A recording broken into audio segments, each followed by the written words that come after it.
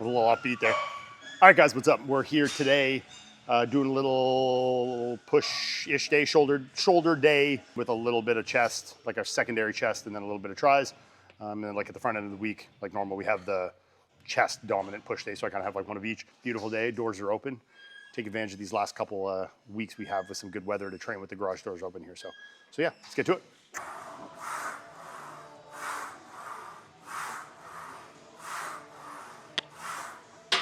First exercise we're doing today is the Smith press. I always do the press like this, like one click back. Like I don't like it completely vertical. I find you lose a bit of strength like that and stability. And it's just kind of like not a really super comfortable position for your shoulders. And I think you're hitting the same amount of front delt. Like I don't think it's making much of a difference in how much delt you're hitting there. I mean, even if you're doing one lower than this, it's still a high incline. It's still a lot of front delt. So I think you're perfectly good doing like this. You know, if you feel comfortable doing it completely upright, I think that's fine. For me personally, because I'm so humongous and thick through the chest, it's a little more difficult. So yeah, we're gonna fire this up first, and yeah. I'm never sure where to put my hat when I do presses like this. So if I put it forward, it hits the beak, and if I put it backwards, it hits the seat. So I guess I'm gotta go hatless for this. Don't look at my bald spot.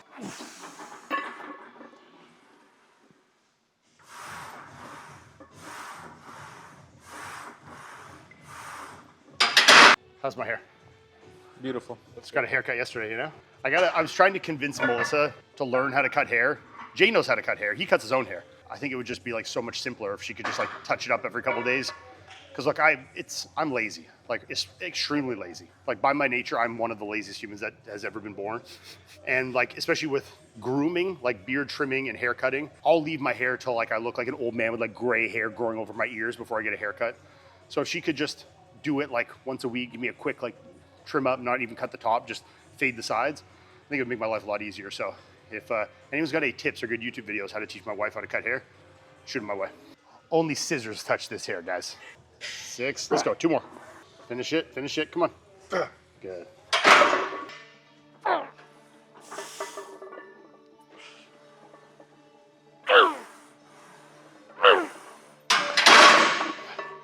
Three might be rambunctious. Gotta give it an old college try, you know? 3, good. Come on. Push. Let's go. Keep going. Another one. Come on.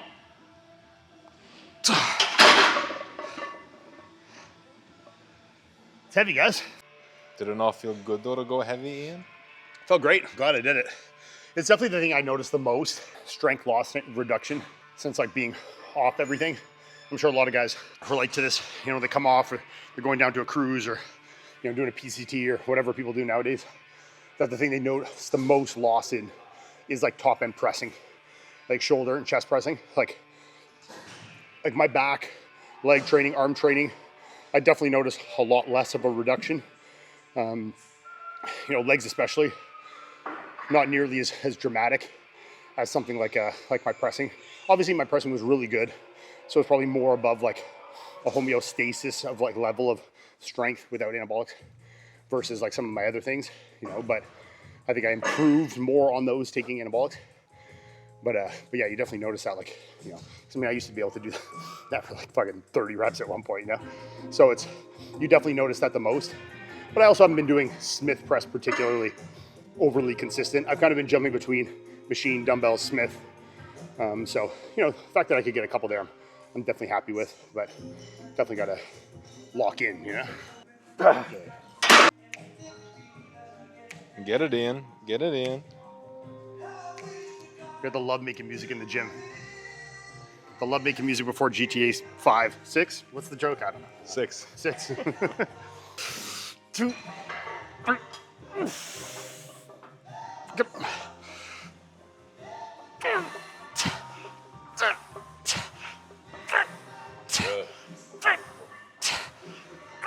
Keep going. Come on. Yep. Come on. One more. Let's go. Push. Woo.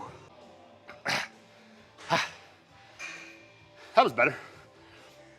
See, like I was saying, it's the top end. Like, proportionately, when I was at my strongest, there wouldn't be that much discrepancy between that percentage of load. You know, like 2 1/4 still moved well for 10 versus the 3. You know, it's not even where I noticed it over like percentage of load that's like a little lower, getting more reps. It's just like the peak like output on those top sets. That's why I noticed it's the toughest. You know, it's like, holy fuck, this is heavy. That's why you need to up your creatine. 10 grams of creatine, guys. You know, they got studies even showing up to 30 plus grams, you know, for, you know, Alzheimer's prevention, cognition, things like that. So if you're not taking creatine, you're dumb, because it's the most tried and true sports supplement in existence. You know, that there's so much data on it and its benefits are so vast, you know, from performance in the gym to cognition. Like I was saying, there's so many good things from it with like literally almost no negative consequences or side effects to it. So, you know, I think kind of the studies for a long time were the 5 gram.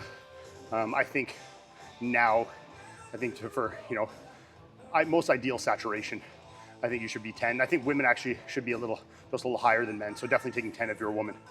So yeah, take your 10 grams of creatine, guys. All right, we're gonna do it. Hairs in my eyes. Gonna do a third set here. Usually we just do 2 here, but now that we've started introducing more chest movements into this like push day, because that's something I really want to be working on.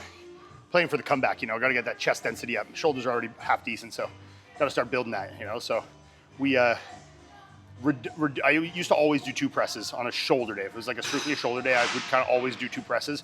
Don't ask me why. I just like doing it. I'm a firm believer that like pressing is like between pressing and laterals, but are like the goats of movements. You know, if I was just going to pick 2 movements, I would just do spam a shit ton of sets of presses and laterals. But just to keep like some variance and, you know, a little more entertaining for us, we would do 2 presses. So I'd usually do, something's going on over there, bugs.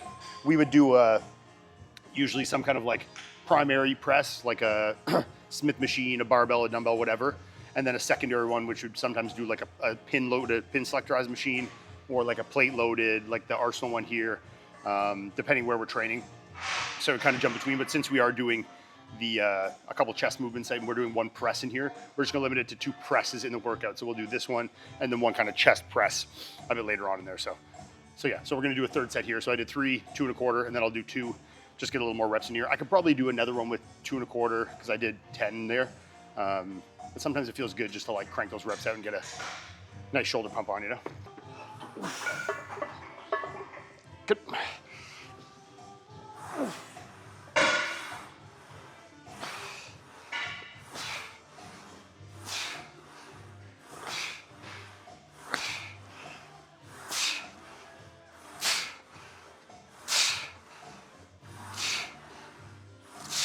Come on.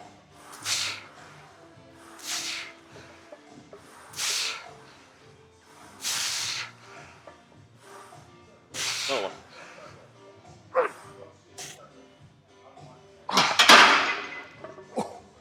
Oh, that's good.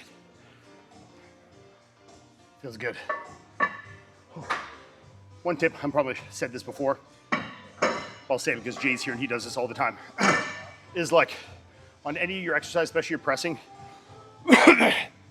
find a good stable base for your feet, and like try and think about like the contact you're making with the floor.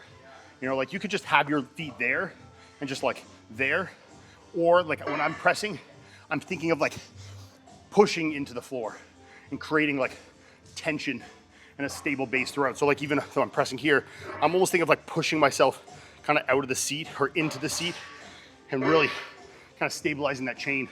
You're creating like a good, strong, stable base. I find that helps a lot, you know. And from both ends, you know, I'm thinking about my grip being really, really tight and really firm, create that tension, torque, and also my feet. So you're kind of connecting that chain to create like a good, stable base. And you know, especially for pressing, I find it adds a lot of value. So no. Yeah. No twinkle toes around here, you know. Plant those feet. What are you going to say to that, Jay? Gets the job done. All right, moving on. We're doing lateral now, cable lateral. We're gonna do a single arm. We've been doing the double, but last week we were at Good Life at corporate chain gym, and it was very busy. So we resorted to the single cable laterals. And kind of were like, these are kind of nice because you can kind of lean your body a bit, get in that nice position, which actually might make the other cable better because we can hold on to it. Yeah, so maybe he was right in that thought. But so yeah, you know, you can lean it a bit to keep the tension curve, you know, because like when you're upright, you know, I mean, cables are a little different, but you can just align the cable a bit more if you're kind of leaning out with it, you know, and then it's chaos here, you know. And then the cable just alignment is going to be more straight through the movement. Suggestion for also people that are doing this is don't put the cable all the way to the floor, you know. Think of like where you're at the peak of your movement to have it kind of in a straight line. So I usually put it kind of like just above my knee height. So, you know, that way you're kind of creating a straight line and your, you know, tension curve is like more direct. You want to think of the angles you're coming from. So if it's really low, it's kind of in a not a perfectly nice straight line for tension, which like obviously in cables, it's not quite as dramatic as if you were doing with dumbbells. But still, you know, if you're doing a cable and you can kind of, not this case, but you know, hold on to it so that you're getting that tension right through it and then line it up with about knee height. I find it usually feels a bit better. So. One more thing is the Olympia is coming very soon. We're like, what, 4 weeks, 3 weeks now? 3 weeks, holy shit, shit's coming quick. So when this video's out, it'll be sooner. It'll be 2 weeks? 2 or 1. Shit, Olympia's soon, guys. So if you're gonna be in Vegas for the Olympia, please stop by some of the booths I'm working at so that I feel like I'm still relevant in this industry. When I go there and no one comes, which hasn't happened yet, but as I get older, it's gonna start to dwindle down. So I need you guys to come out and say what's up, take pictures, make me feel important, make it so I can keep getting these nice, lucrative contracts with these companies far into my retirement. So I'm gonna be at Elevate. So the cream of rice company I'm with is gonna be there. So come out, support them. If you haven't tried the product, it's a good time to maybe come out and try some of them. They're awesome product. I mean, they've been killing the game since they started. I'm gonna be them from 10 to 11, both Friday and Saturday. Then I'm gonna be at Gym Reapers from 11 to 1, I think.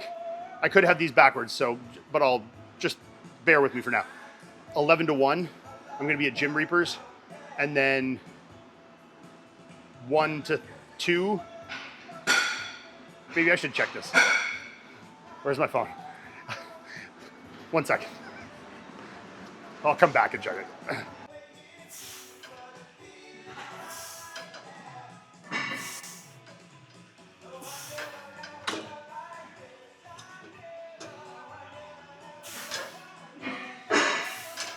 All right, so I checked my phone. I was wrong. So I'm gonna be 11 to 12 at Elevate, 12 to 1 at Raw, 1 to 3 at Gym Reapers, and then I'll be back from 3 to 4 at Elevate. So basically from hours of 1 to 4, you can find me at a booth, both Friday and Saturday. And then that's the schedule. So yeah, 11 to 12 Elevate, 12 to 1 Raw, 1 to 3 Gym Reapers, and then back to Elevate for another hour. So I'll kind of be jumping between the three. All three of them are gonna be heavily involved at the Olympia this year. So I'm really excited to be part of that. So yeah, come out and see me, please. I think with Raw, we're definitely gonna be giving away some bum energy. There's gonna be some cool shit there. Gym Reapers is the official merch for the Olympia this year. So Nebbia, you guys were familiar with, was the Olympia merch for a long time. They decided to make a change and Gym Reapers has stepped in to fill that, and I'm extremely excited about it. I think the line that they've done like 70 pieces or something crazy, you know, from Letterman jackets to bombers to hoodies to, you know, these pants. Like I'm wearing the Olympia joggers right now. They're really nice. Mine are a little dirty, but zip pockets, super nice. We got a whole bunch of tees, ladies, a whole bunch of good stuff, sports bras, leggings, everything you want in there. They got tons of sick hats, like Olympia branded hats, anything you want. Like I said, there's 70 plus pieces that they've done. And the quality of them is awesome. And I think they're gonna be stuff that you guys really like. And yeah, so come check them out and come see me at the booth, please. And make me look good to the brand so I can keep getting paid. Thank you.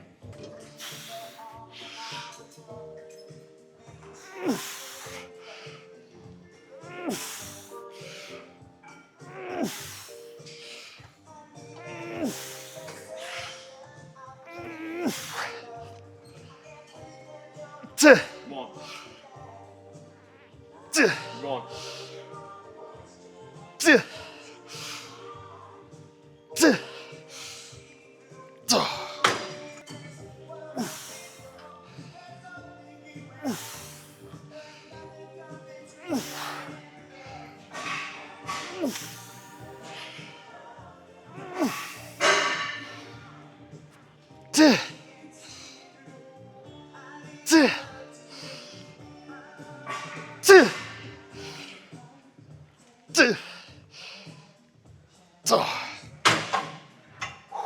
One thing I'm really bad at, sure I've said this before, but reiterate it, and I'm about to do it, and at least I'm talking here, so it'll take a bit more time, but is I think a lot of people are kind of eager when you're doing like a unilateral exercise for like finish one side and get to the next. You rested before the first side, so you need to take some rest before the second side. You know, if you want to be, you know, your nervous system and like everything, you know, it still requires energy. Even if the muscle doesn't have the fatigue, there is still a level of fatigue that's accumulated there. So, you know, like even if you're doing a single arm, you know, preacher curl or something, take a couple seconds. Like don't just like finish one, hop right to the next. I think it's definitely more beneficial. So, you know, from like isolations like this, I like to take, you know, at least 30 seconds, you know, a good like 10, 20 breaths. So like kind of get myself back down, get my heart rate down, you know, so I can be 100% prepared for the second set like I was for the first set.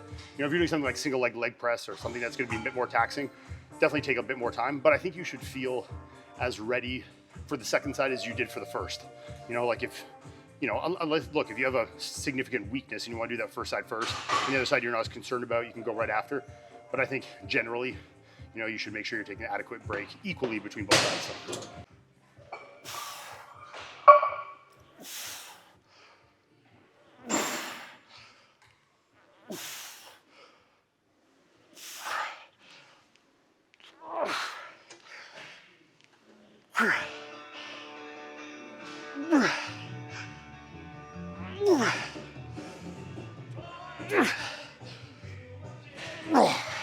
Feel my temperature rising. Huh? Feel my temperature rising. I've also had a lot of questions about these shoes. I see people on my, you know, if I wear them for like a swipe through workout, like a reel, or on my YouTube, people are like, what are those shoes? These are actually a new company called RAD. I had never heard of them. They're new. They're kind of trying to make a, you know, push into the fitness space. So I was sent them by a friend that, you know, has some connections with them. Honestly, I really like them. And I'm not trying to promote other companies here, but I'm gonna give credit where it's due. I guess Chris is with them, so it's keep it in the family. They're actually doing a pretty sick collab with Gymshark. So Rad is making a shoe with Gymshark. I think there's a few different renditions, and they're honestly really fucking cool. So one, if Chris or anyone from Gymshark or Rad is seeing this, please send me some, especially those like blue, tan, white ones. They're sick. I want one. I'll wear them in your videos, I promise. But yeah, they're really dope shoes. So if you guys are looking for like a good gym shoe, no one paid me to say this. Like they sent me the shoes. I didn't even talk to the people at Rad. Like I have absolutely no connection to them. But they're, honestly, I've been wearing them. I like how they look. And the ones that Gymshark did with them are actually even cooler than these ones. So yeah, if you're looking for a good pair of gym shoes, they're nice flat sole too. So like if you want to squat or anything in them, they're really good for leg training. But yeah, check them out. And the Gymshark ones especially are actually really cool.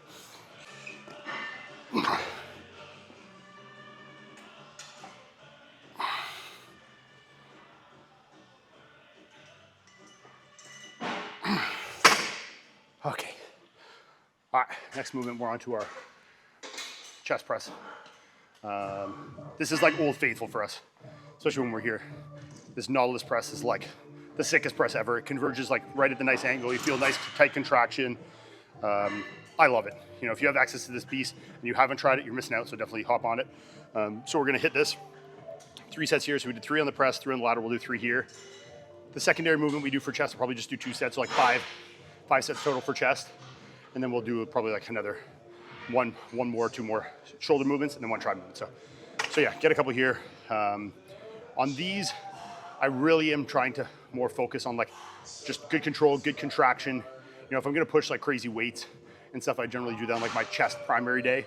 This day, I'm just trying to like increase the frequency, and I'm like, my bulk of my pressing here is on the shoulder pressing. This is all bro science, so take this with you will. Take out of this what you will. Is that what it means? So like usually on this, I might put like the gym pin, and thank you to Ben from Gym Pin. Actually, I gave a shout out in that I needed one because of the shitty fucking little mini one we were using. I think he sent me a new one. So shout out to Gym Pin, get your gym pins. So usually I would probably add a 45 on this. This time I'll full stack it, but I'm really gonna just focus on really getting a good contraction, especially for me being someone that is more shoulder and tricep dominant. I really need to be mindful of not having that completely take over my chest pressing movements. And like history is there with, you know, when I was in my peak bodybuilding, I was a 600-pound bench presser with like obsolete chest, you know, but like crazy developed delts and triceps. So, you know, I'm trying to change my ways in retirement. I mean, I guess it's never too late. And so yeah, so I'm gonna do this, just really focusing on the contraction, controlled and eccentric, and really being intentional with like pausing in the hole and squeezing out through the chest. I just think it's like good practice to have for all my chest day when I move a little more weight, to kind of have those like good habits I'm starting to build, but then also have the day where I'm like really focusing just on like fucking mechanical tension, you know? Okay.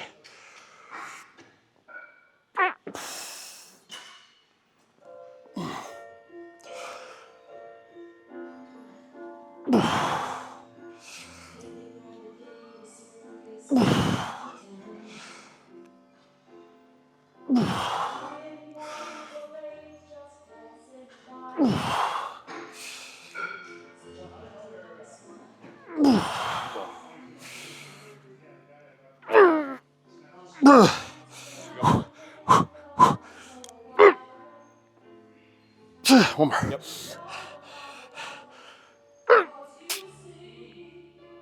Oh, good.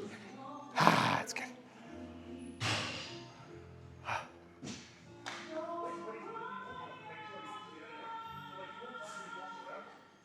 Vibe music.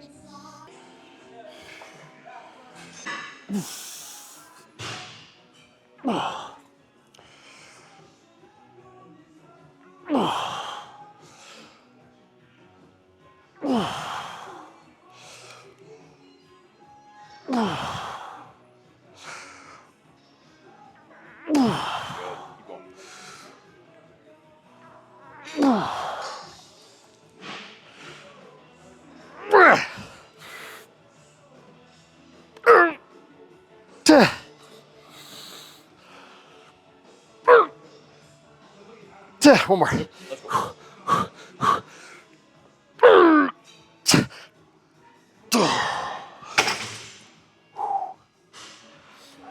For those of you that watch the podcast, or I guess actually for those of you that don't watch the podcast, but Mike Van Wyck was giving a good tip for chest pressing that I was actually just thinking about there. Is like, think about kind of generating that force and pushing through your lats. Like I'm thinking when I'm getting to the base of that, I'm kind of like flaring my lats and elevating my rib cage. You can almost see it because I am kind of pausing at the hole and like letting that tension accumulate. So I'm like coming down and then letting that tension kind of build in the lats as I let the chest rise there. And then I'm thinking of just kind of pushing the lats out and pushing the chest up and forward. So I find it's a really good tip. You know, it helps keep the shoulders disengaged and really keep the chest forward and really generate, you know, a good base to generate force from it.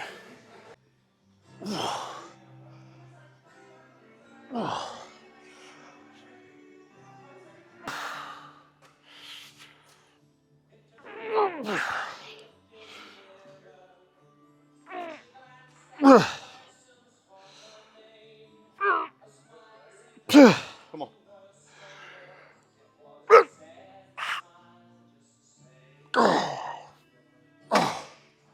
Ooh, felt good.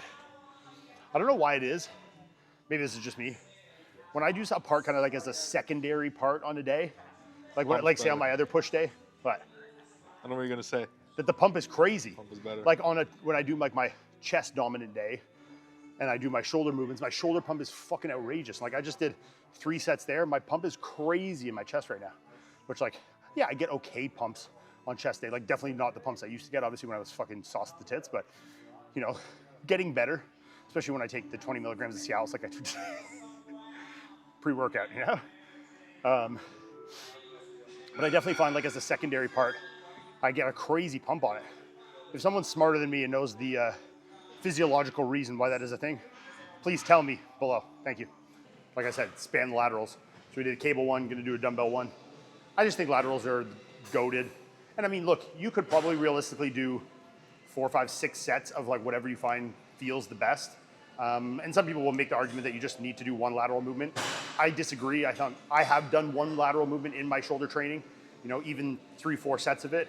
I found when I did, you know, 6 to 8 sets of laterals in a workout, I definitely got more response, more volume, more roundness, more size to my delts. So I'm sticking with that anecdotal bro science all day of what I personally have experienced. If you find your delts are responding well from the 1, you've tried 2, found recovery wasn't good, you do you, homie. but I've always done 2 lateral movements, usually one either cable or machine and 1 dumbbell. So that's what we're on to now. So we're gonna do a dumbbell lateral, and that'll probably be my last shoulder movement. And then I'm gonna do 1 more chest movement and do a trap movement. So, yep. I'll do them sitting, you know.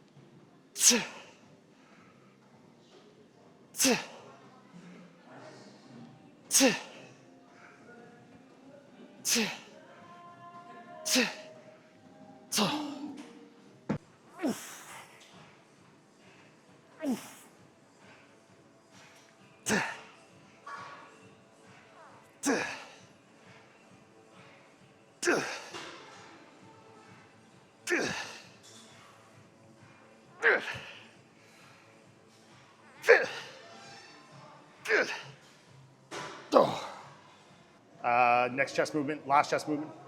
Finish shoulders up, did 2 laterals in the press. I do my rear delts on my like pull day now. So just to make this like not too long. Watch out. Come in, go ahead. You're good. I do my rear delts on my pull day now just so that like none of the days are too long.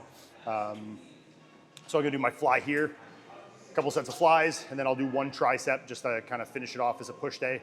I don't go too crazy because I do have an arm day and I do also triceps on my push day at the front end of the week. But my arms are something I'm definitely like trying to, you know, keep juicy in my retirement. So, you know, and I find especially triceps, it's like one of those things you see with older guys, they start to like really flatten out. And I don't want to end up with those like Fuad fucking ninja elbows, you know? So trying to keep those triceps juicy. So I've been doing probably about 10 to 12 sets a week. Actually, no, more than that. 3, 6, 15 sets a week, maybe even more. 18 sets a week of triceps. Took me a minute to add that up. 36, 42. What's the 1 + 1 is 2? That's math. What is it? that's my math skills right now. So yeah, I've been actually doing quite a bit of triceps, trying to like get a little more volumization to them. So yeah, get this, get a tricep.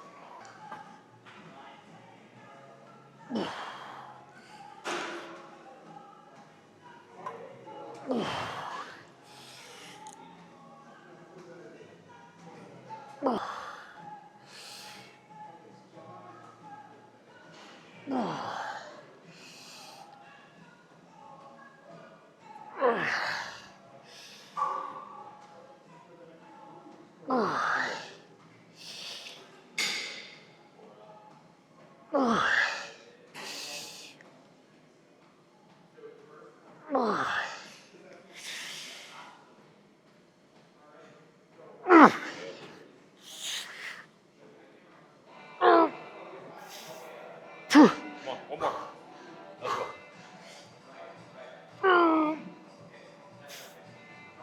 Good.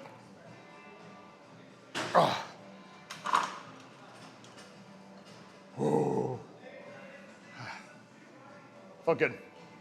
One thing I found I was doing a lot on these is really trying to focus on the stretch. And I found it really hard to like re-engage my chest at the base of the movement. So like I go down, and the beginning of it was almost just like getting the shoulder into the movement before I'm actually doing like the adduction here.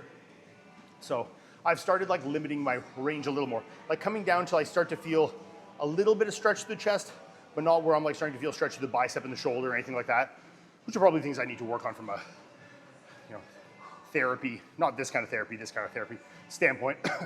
You know, reducing tension through that chain. So yeah, I'm really trying to keep, you know, kind of some rigidity through my arms, really let the weight sit in my palm and kind of come back, elongating the chest until I kind of feel the stretch right here, and keep it on the chest, not like through the bicep and through the shoulder there. And then I'm pausing just to let the tension build in the chest. And then I'm just focusing on that adduction back inwards. So yeah, that's my tip for flies today.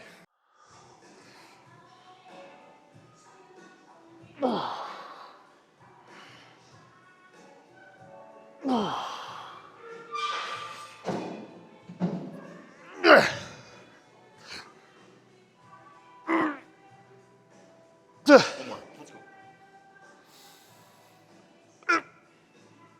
Come on, squeeze.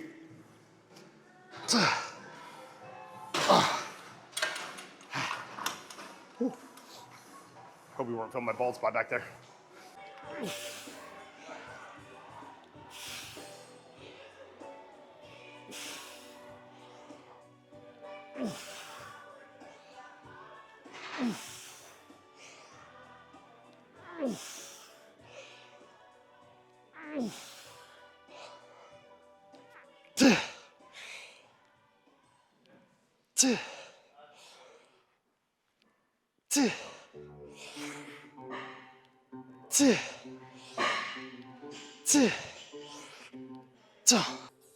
Oh.